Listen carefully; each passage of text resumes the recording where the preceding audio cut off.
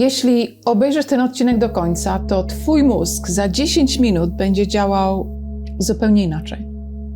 Bez terapii, bez suplementów i bez siedzenia w pozycji lotusu jak zamyślona żaba.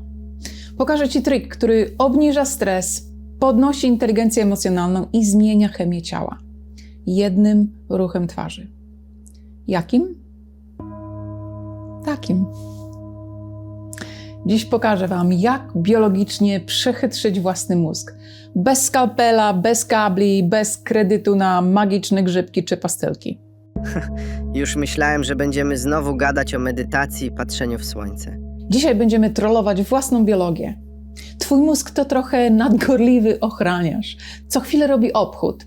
Policzki w górę, mięśnie napięte, kąciki ust podniesione, no to chyba fiesta. I zaczyna pompować serotoninę, nawet jeśli 5 minut temu chciałaś rozbić kubek o ścianę. Czyli uczysz ludzi robić dobrą minę do złej gry.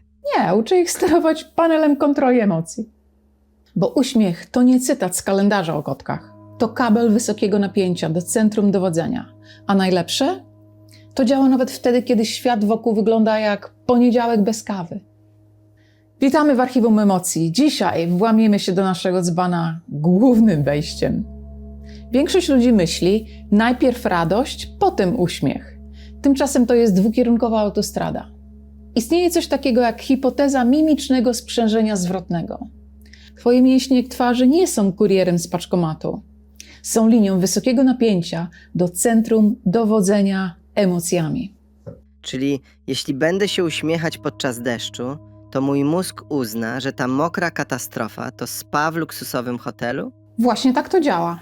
Wymuszony uśmiech przetrwa spiralę wkurzenia. To fizyczny reset. Klik, nowy stan. A teraz najlepsze, ten ruch jest prawie niezauważalny. To minimalny gest, ale potężny duchem. Taki mikroskopijny sabotażysta stresu. Mam dla was klasyk psychologii. Francuscy mądrale, naukowcy, postanowili sprawdzić, jak bardzo można oszukać człowieka przy pomocy zwykłego ołówka. Dali badanym komiksy do poczytania, ale z pewnym haczykiem. Jedna grupa trzymała w zębach ołówek, co wymusza uśmiech, a druga trzymała ołówek w wargach, czyli mina obrażonego lalusia. Wynik był jednoznaczny. Ci z ołówkiem w zębach ocenili te same żarty jako znacznie śmieszniejsze.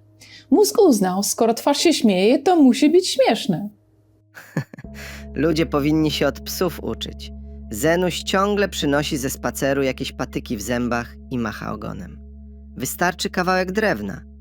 Przyznaję, jako metoda przetrwania w biurze pełnym ludzi o wątpliwym intelekcie, ten ołówek może być waszą jedyną deską ratunku. Uśmiech to solidna baza, ale śmiech? Śmiech to już wyższa szkoła jazdy w usprawnianiu organizmu. To nie tylko kwestia twarzy, to trening dla całego ciała. Kiedy się śmiejesz, twoja kora przedczołowa dostaje potężny zastrzyk energii. Poziom kortyzolu, czyli tego paskudnego hormonu stresu, spada drastycznie. Co więcej, śmiech rozbraja konflikty szybciej niż PowerPoint z napisem komunikacja. Masz napiętą sytuację w pracy? Kłótnie wiszą w powietrzu? Jedno absurdalne zdanie w napiętej sytuacji i nagle wszyscy oddychają. O, to o mnie. Ja się zawsze śmieję, najczęściej z ciebie. Jinx, mylisz spryt z czystą bezczelnością. Niemniej jednak śmiech to chemia przetrwania. Używajcie jej częściej niż świętego oburzenia. Słyszycie go? Neko to poważny gość, bo zapomniał, jak się używa mięśni twarzy. Ja tam wolę być radosnym rozrabiaką z niskim poziomem stresu, niż sztywnym mędrcem, któremu ze zmartwień futro wypada. Przygotujcie się na coś, co naprawdę was zdziwi. Akta z działu co? Czy wiedzieliście, że uśmiechanie się może działać jako środek przeciwbólowy? To naukowo potwierdzone. Kiedy aktywujemy układ nagrody poprzez odpowiednią mimikę, mózg uwalnia endorfiny, które są naturalnymi opiatami. Badania pokazują, że osoby, które uśmiechają się podczas bolesnych zabiegów, odczuwają znacznie mniejszy dyskomfort niż ci, którzy zaciskają zęby i robią groźne miny. Co ty opowiadasz? Babo, to brzmi jak instrukcja dla świrów. Ból maleje. Godność bywa dyskusyjna. Wyobraźcie sobie. Uderzasz się w mały palec u nogi i zamiast rzucać mięsem na całe osiedle, zaczynasz się śmiać jak szalony naukowiec. Sąsiedzi pomyślą, że cię kompletnie odcięło od rzeczywistości, ale ciebie będzie mniej boleć. To jest właśnie bycie prawdziwym cwaniakiem. No dobrze, jak to wdrożyć w życie, żebyście odnieśli korzyści, a nie wylądowali w pokoju bez klamek? Trudne spotkanie? Zanim wejdziesz do pokoju, uśmiechnij się szeroko do lustra na 30 sekund. Twój mózg wejdzie w tryb szukania rozwiązań, a nie tryb walki o przetrwanie. Stresujący telefon? Uśmiechnij się podczas mówienia. To zmienia ton twojego głosu. Staje się on cieplejszy i bardziej godny zaufania, co rozmówca wyczuje natychmiast. Domowy chaos? Kiedy dzieciaki właśnie zrobiły z twojego salonu pole bitwy, spróbuj się uśmiechnąć, zanim zaczniesz wydawać komendy. To da ci te kilka sekund przewagi nad własnym gniewem. I ostatnia rada od eksperta. Nawet jeśli powiesz coś bezbożnego z uśmiechem, to zabrzmi o wiele lepiej. Dziecko ma flamaster w nosie, drugie krzyczy jak syrena alarmowa, psu się pali ogon, a ty stoisz i się śmiejesz? To nie jest spokój. To jest tryb psychicznego terminatora. Emocje próbują cię zabić, a ty im robisz herbatę. Ale tu nie chodzi o to, żeby się śmiać jak złoczyńca z kreskówki, tylko żeby przejąć stery, zanim emocje przejmą ciebie. Uśmiech to nie głupota, to kontrola z błyskiem w oku.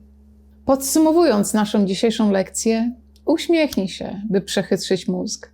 Śmiej się, by wzmocnić ciało i umysł. Łącz te dwa elementy, by stres stracił nad tobą władzę, a ludzie wokół ciebie zaczęli się zastanawiać, skąd u ciebie tyle energii. Twoja twarz to pilot do twoich emocji. Czas nauczyć się wszystkich przycisków. Dzięki, że byliście z nami. Jeśli twój mózg właśnie został przechytrzony, zostaw ślad w komentarzu. Niech algorytm wie, że tu się dzieje coś więcej niż memy o zachodzie słońca. Dajcie kciuki w górę, to dla nas sygnał, że chcecie więcej takich konkretnych sposobów na poprawę życia. Zasubskrybujcie i wciśnijcie dzwoneczek, by nie przegapić kolejnych odcinków, w których będziemy demaskować kolejne tajemnice waszej biologii. Do zobaczenia za tydzień.